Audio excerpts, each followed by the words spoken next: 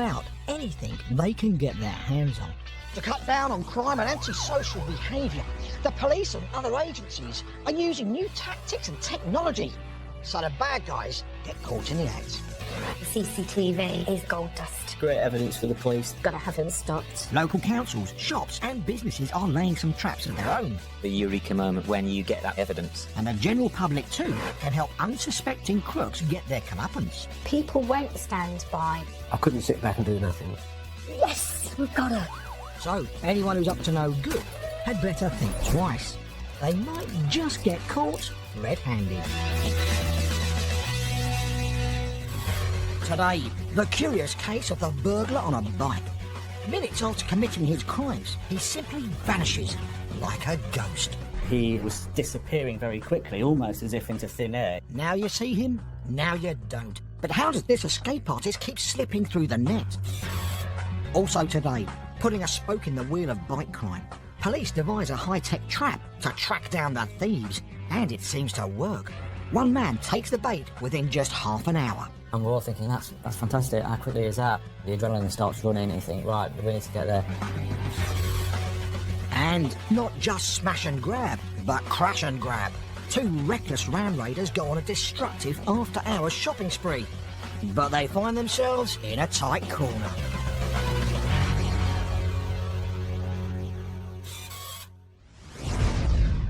Tadworth, Surrey. A motorcyclist pulls up outside a house as if he owns the place. But he doesn't live here, and he doesn't have a key.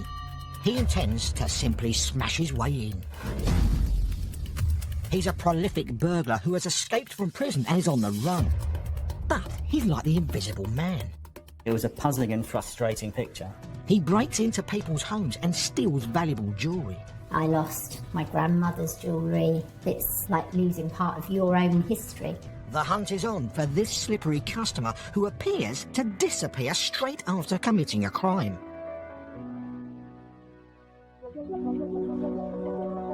Surrey is one of the most affluent areas in the UK, so it's attractive to burglars. D.I. Richard Haycock has been policing the area for nearly 20 years. We deal with a range of crimes, and a significant portion of those crimes are burglaries to houses. Because the travel routes are so easy, the roads, the rail, it's easy to come into Surrey, commit crime, and then get out very quickly. And recently, it became clear to the police they had a new, unwelcome visitor to their patch. We started to get reports of burglaries to houses, and what we noticed was a very similar method of committing these burglaries. And it's not long before Richard gets to see some CCTV evidence of exactly how this criminal operates. It's a Friday lunchtime in July. A man on a motorcycle pulls up at a house in Tadworth. He parks the bike and rings the doorbell to see if anyone is at home. No one answers. Believing the house is empty, he walks down the side looking for a way in. Then back to the front door, he tries to kick it open. But it doesn't budge. So he grabs a rock. He throws it at a window, but it doesn't break. Now he seems to lose interest and starts to wheel his bike back to the road. But the homeowner is at home after all, and after being woken by the noise, shouts at the man. But this doesn't seem to bother the burglar, who just rides away. The house owner calls the police, who arrive within minutes and flood the local area hunting for the bike. But mysteriously, neither the man nor his motorbike are anywhere to be seen. The person responsible was seemingly disappearing very quickly, almost as if into thin air. It was a puzzling and frustrating picture. One of the mysterious burglar's early victims in Tadworth was Angela. She and her partner have made their home in the village, in a house that's Angela's pride and joy. At the time, Angela had been looking after her mother-in-law's jewellery. My mother-in-law had been ill in hospital for quite some time, and her hand started swelling up. We took her jewellery off and she gave it to me and said, I want you to have this. I brought it home and put it in a drawer in the kitchen where we were keeping anything of any importance to her. On returning from a hospital visit, Angela is shocked as she walks into her home. Just literally stopped in horror. Everything had just been thrown all over the place. You just freeze, and then the fear hits you that whoever's done this could still be in the house. But in fact, the burglar has left, and Angela immediately dials 999. When the police arrive, Angela checks the kitchen drawer. Her mother-in-law's rings are gone. And the thought that she'd just given me the rings, it was just horrible. Then we walked around the house and saw that the bedrooms had all been turned upside down. There are other items of jewellery missing, which for Angela are irreplaceable. I lost christening bracelets, 21st birthday presents, my grandmother's jewellery. It's like losing part of your own history. It was to be especially heartbreaking, because shortly after the burglary, Angela's mother-in-law's health deteriorated. The biggest impact, I think, on me was losing my mother-in-law's jewellery, purely because she died so soon afterwards. That was the worst part. Richard is determined to catch this callous crook before he strikes again. It's one of those crimes that the police take personally. They've been into someone's house, they've violated their privacy, a heinous crime. So we're really fired up around making sure that justice is served. And he gets an immediate lead. The police forensic team find a discarded cigarette end in Angela's front garden. Cigarette butts are great for recovering DNA, and so that cigarette butt was taken, it was submitted for examination, and DNA was found from the cigarette butt, which then starts to put our criminal at the crime scene. The DNA results unmask the man as Adam Yaru, a convict on the run who has recently absconded from Sudbury Prison near Derby. What became apparent was a trail of crime from the absconding from prison. We had offences in Derbyshire, Oxfordshire, Kent, Sussex, down to really his stamping ground South London and his offending area in Surrey. And the burglar's motorcycle is not his only means of transport. It's part of an elaborate story he uses if he meets a homeowner in the middle of a break-in. And that story was that he had been involved in or was a witness to an accident that occurred the day before involving a motorbike, and he was looking for witnesses. So they know how he operates and who he is. But Richard and his team now need to find the escaped prisoner. Now you're on a manhunt, and at that point everything gears up. Richard's team pulls together every piece of information they can find about their suspect. We start to build a profile around that person in terms of family, associates, locations they're likely to be in. So you really try and get inside the mind of the criminal and try and think, if I was them, where would I be? And then the burglar appears at another address in Surrey. Here we see him arrive at this premises. And you can see the patterns are played out time and time again. With his cover story ready, Yaru rings the doorbell. No one's home, and he commits another burglary. Stuff's in the rucksack, away it goes. And once again, he seems to simply vanish from the Surrey roads. Police are frustrated. The burglar must have a way of hiding himself and the bike. It feels like you're in a chess game, but with very high and very real stakes. And at some point, you want to make the checkmate move that brings the person into custody. And that's just what Richard does. They get a breakthrough when they cross-reference information about the burglar's known associates. That led us really to an address in Clapham, which we put under observations, which led to the break in the case early one morning. We see this guy come out of the house and he's arrested. And it soon becomes clear just how Yaru has managed to disappear into thin air after a crime. Police believe he has a van. He was travelling to the areas he was committing crimes in the van, with the motorcycle in the back. He was unloading the motorcycle, doing the burglaries for the day, and then quickly putting the bike back in the van and stay in the van. A load of police activity would go on around him, and then when it had all died down, he would drive away. But it's the end of the road for Adam Yaru. In court, he pleads guilty to 4 counts of burglary and 2 of attempted burglary, with a further 36 offences to be taken into consideration. He is sentenced to 5 years behind bars. When you get that sort of result, the amount of time and effort and sleepless nights and sweat and machinations that you've put into it is all worth it. It was nice to know that justice was done and he was caught. I think the police have done a fantastic job. Angela never got her precious jewellery back, but she was determined to create some new memories that could never be stolen. Not having anything to pass on now to the children and grandchildren really is a horrible thing. So when we got the jewellery paid for, my whole family went to Sri Lanka on holiday with it. So in a way they got their inheritance in that way.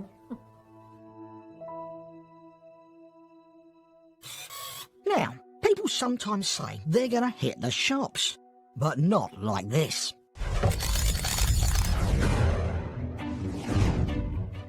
It's nearly 6:30 on a Monday morning when two men in a stolen car smash through the doors of a shopping centre. The driver avoids a children's toy ride, but then sets off crashing into everything else in sight. Now, it may look like he's performing the world's worst three-point turn, but there's method in this madness. He's ramming through the shutters of this jewellery store, and once inside, the pair embark on a smash-and-grab raid. After a minute's looting, they get back in the car and with difficulty drive off back the way they came. Less than 24 hours later, in another shopping centre and another car, one of the same men is out with a new partner in crime. And they're looking to get more goods knocked down off the shelf in the same destructive way. But their greed and reckless demolition catches up with them. Leaving an unexpected item in the bagging area, police find DNA at the scene of the raids and charge a 20-year-old and an 18-year-old with a shopping list of offences. So, instead of smashing through security bars, they're now likely to be looking through them.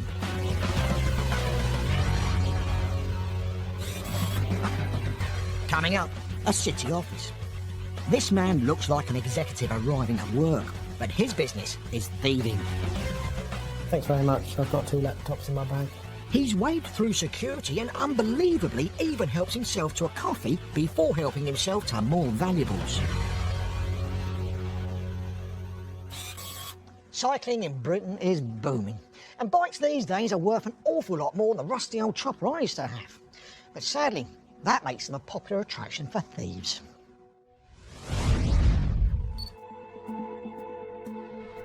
Derby, in the East Midlands, has had a problem with bike theft. A lucrative business for crooks stealing bikes worth from £50 to thousands. We've had nearly £750,000 worth of bikes stolen in the force last year. And it's not just the money. The thefts are causing disruption in the lives of several victims every day. At the time, it was my only mode of transport, so when it was gone, trips to college went from 10 minutes to an hour and a half walk.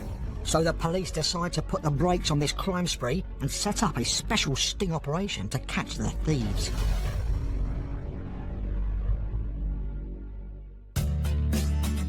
Derby is home to one of the UK's newest velodromes, and the city's gaining a growing number of cyclists. But where there are more bikes, there are also more bike thieves. Sergeant Mark Preston heads up a unit in the constabulary tackling bike crime. I've been a police officer for 20 years and I've got an interest in bikes and bike thefts. I like cycling myself. Across the UK, a bike is stolen every 84 seconds, and in Derbyshire, police have noticed a steep rise in cases all over the county. It was becoming 3 or 4 cycle thefts in a day. We've had nearly £750,000 worth of bikes stolen in the force last year. Thieves steal the bikes to sell them on. It's big business. Some of the people that are stealing these bikes, putting them on online auction sites very quickly. You can have something being sold within a half an hour, and people are travelling all over the country to come and buy these bikes. These thefts can cause real problems for victims like 17-year-old engineering student Jack, who relies on his dad's bike to get to and from college. The bike was important to me because it was, although it was not mine, it was my father's, it was my only mode of transport. Without it, I couldn't really go anywhere. But one Friday, Jack falls victim to the bike thieves. On this morning, he rides to college in Derby city centre, where he locks the bike to a stand. There's loads of people coming back and forth. No one's going to take it with all these people around. Believing the bike safe, he heads into his course. At 3:30 we finished, and we came out. And I went to where I remembered locking up my bike, and it wasn't there. I used to start panicking. Jack searches frantically for his dad's bike. It's a feeling of like anger and just frustration. But it's all to no avail. Jack and his dad never see the bike again. Because of the growing number of victims like Jack, Mark and his unit at Derbyshire Police plan an organised campaign aimed at stopping the thieves having an easy ride. We need to look at how we can resolve this, how we can target offenders, how we can encourage people to think about crime prevention. First, Mark wants to send out a strong message to shock the area's bike thieves. And the best way to start is to catch someone red-handed. So he plants a special capture bike. It looked like it's just a normal bike that's parked in the right location. But the bike's secretly rigged with surveillance technology. We put a camera looking at the bike. Also, there's equipment within the bike that allows us to track the bike to where it goes to.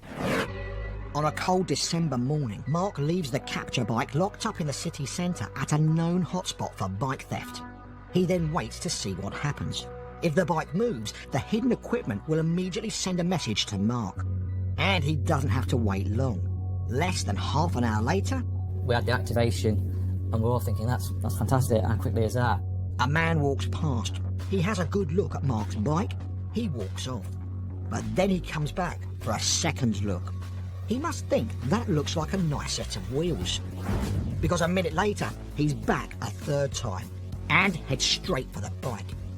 He wrenches the bike free from the lock, jumps on and cycles away.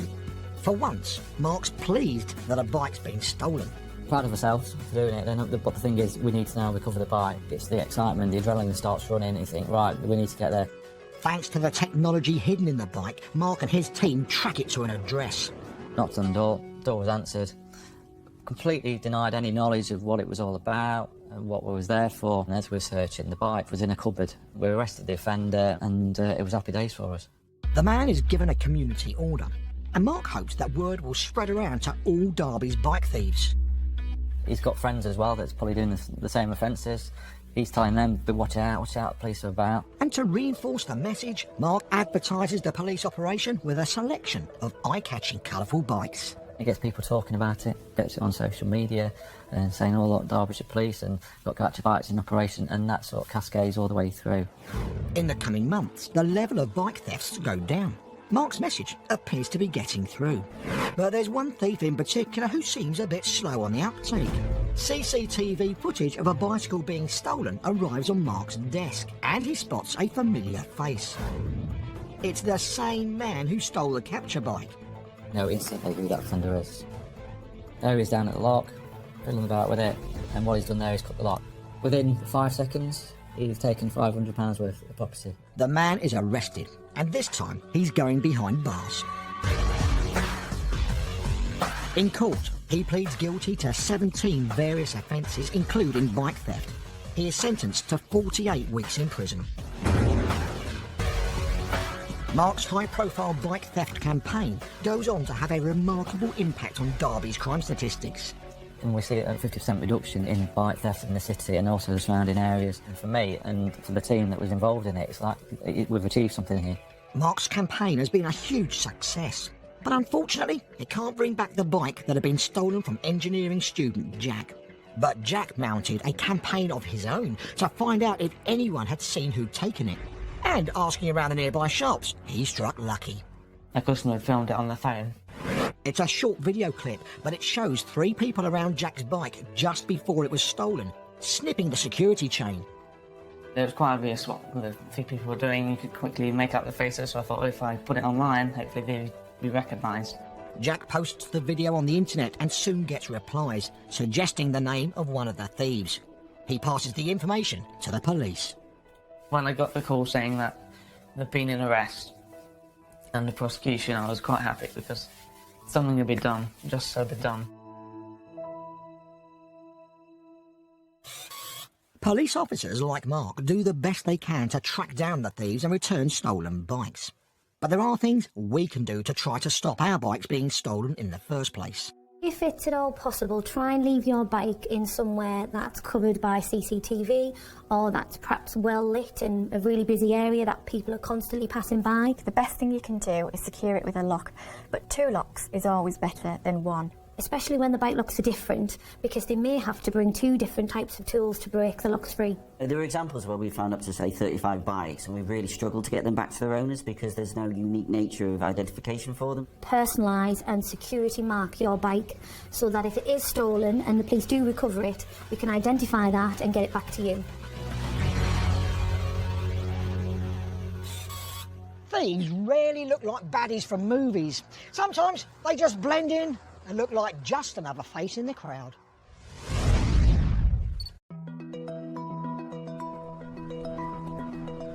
The City of London. As an important financial hub, the square miles high-rise office blocks are filled with valuable high-tech equipment containing sensitive data. This man's not bothered about data, though. He's just after the equipment.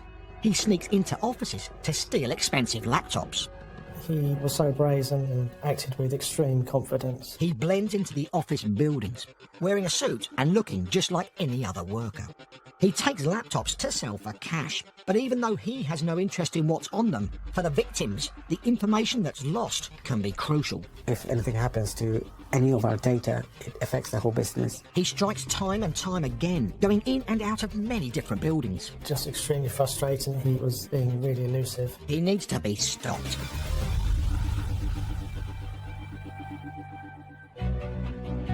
Over 300,000 people commute into the City of London every day. Raj is one of them. He works for an IT company. It's up to me as an IT manager to ensure all the IT works and ticks as it's supposed to. But one Thursday evening, Raj comes across a different kind of gremlin from the sort he normally comes across in computers. It's just after 6 p.m. Raj and a colleague return to their office after a work's due and come face to face with a man they haven't met before. Me and my colleague are fairly new to the company and I'm not familiar with every single face. So I walked in, said hi to him, and he acknowledged that we were here. It did not look suspicious at all. They assume the man works for the company and leave him to it. We come out the server room, he was gone. The next day, Raj is shocked to discover 2 important laptops are missing, and after a check on the building's CCTV, he realises he had seen the thief. I thought, oh my God, he was literally right under, within hand's reach. You know, I just literally walked past him and didn't suspect anything until the following day. Thankfully, all the data is password protected and encrypted, but even so, losing the laptops is a worry. If the thief, whoever he sold it to, can unlock it, then it could be a massive impact to the organisation. The laptop theft is reported to the City of London Police, where it joins a pile of similar reports on the desk of Detective Sergeant Richard Peacock. There's been a spike in this type of crime. Richard and his team suspect that it's the work of just one thief, but so far he's evaded capture. Richard's frustrated when he sees this latest report. Your heart sinks really, because now another crime's committed and you're wondering how many more are going to be before we apprehend him. But several weeks of intense investigation has revealed some clues. This is CCTV footage of the man's first attempted office burglary in the city. It's March, early evening, and a security camera shows him entering, looking like a businessman deep in conversation on the phone. He thinks that if he shows that he belongs there, then no one's going to question it. He flashes a pass at security and heads upstairs in a lift. The CCTV cameras show he spends half an hour wandering around the building looking for something to steal, but this time he leaves empty-handed. He walks around the corner to another office block. The reception cameras there show how when one of their employees lets himself out of the locked main door, the thief nips smartly in. He waited for the door to be opened by that member of staff. The thief pretends to be on the phone again and walks through to the office areas. When at one point he's challenged by a member of staff, he's ready with an answer. She said, "What are you doing?" And he said, "Well, I'm here to do an audit." Went about his business, counting up the workstations and all the electrical hardware, and helped himself to a few. The light-fingered laptop thief gets away with 4 more stolen machines in his backpack. But the next day, when Richard goes in to investigate, he gets a lead. This time, the thief's made a mistake.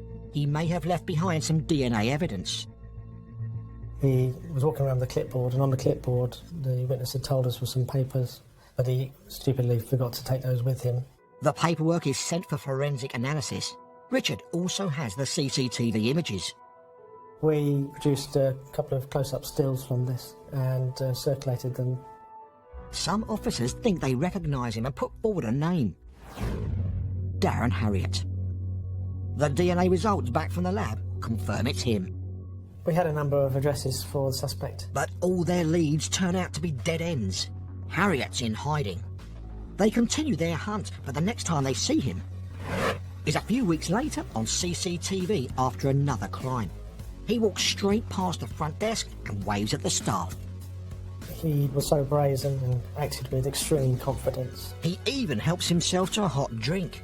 Appears to have obtained a coffee from the premises. And he waves on his way out too. Thanks very much. I've got 2 laptops in my bag.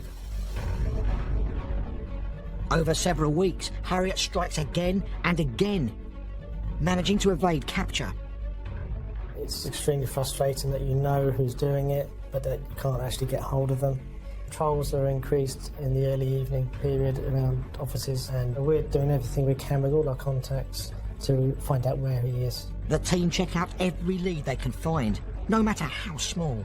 We came upon a tiny, tiny snippet of information. I just wanted to get it bottomed out straight away.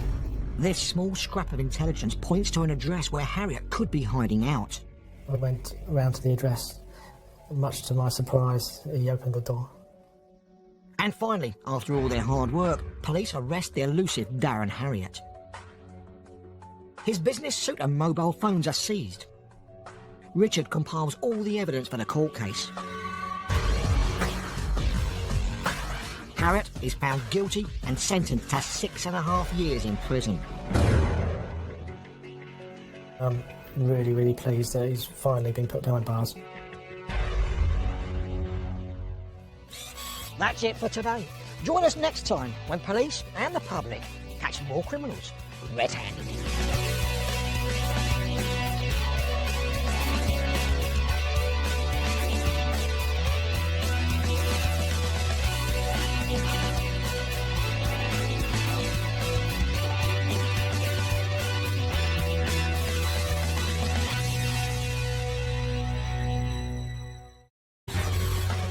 And not just smash and grab, but crash and grab. 2 reckless ram raiders go on a destructive after-hours shopping spree. But they find themselves in a tight corner.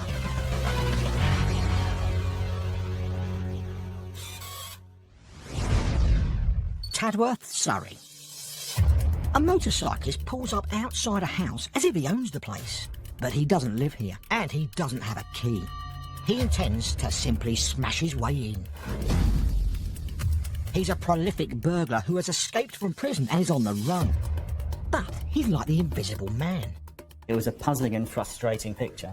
He breaks into people's homes and steals valuable jewellery. I lost my grandmother's jewellery. It's like losing part of your own history. The hunt is on for this slippery customer who appears to disappear straight after committing a crime.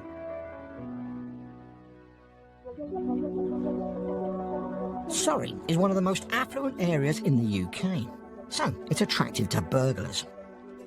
D.I. Richard Haycock has been policing the area for nearly 20 years. We deal with a range of crimes, and a significant portion of those crimes are burglaries to houses, because about anything they can get their hands on. To cut down on crime and antisocial behaviour, the police and other agencies are using new tactics and technology, so the bad guys get caught in the act. The CCTV is gold dust. Great evidence for the police. Gotta have him stopped. Local councils, shops and businesses are laying some traps of their own. The eureka moment when you get that evidence. And the general public too can help unsuspecting crooks get their comeuppance. People won't stand by. I couldn't sit back and do nothing. Yes, we've got her.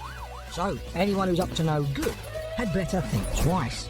They might just get caught red-handed. the travel routes are so easy. The roads, the rail, it's easy to come into Surrey, commit crime, and then get out very quickly. And recently, it became clear to the police they had a new, unwelcome visitor to their patch.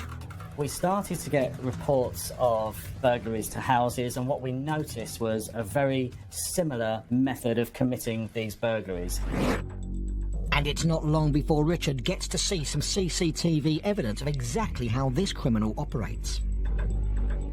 It's a Friday lunchtime in July. A man on a motorcycle pulls up at a house in Tadworth. He parks the bike and rings the doorbell to Andy. Today, the curious case of the burglar on a bike. Minutes after committing his crimes, he simply vanishes like a ghost. He was disappearing very quickly, almost as if into thin air. Now you see him, now you don't. But how does this escape artist keep slipping through the net? Also today, putting a spoke in the wheel of bike crime. Police devise a high-tech trap to track down the thieves, and it seems to work. One man takes the bait within just half an hour. And we're all thinking, that's fantastic. How quickly is that? The adrenaline starts running and you think, right, we need to get there.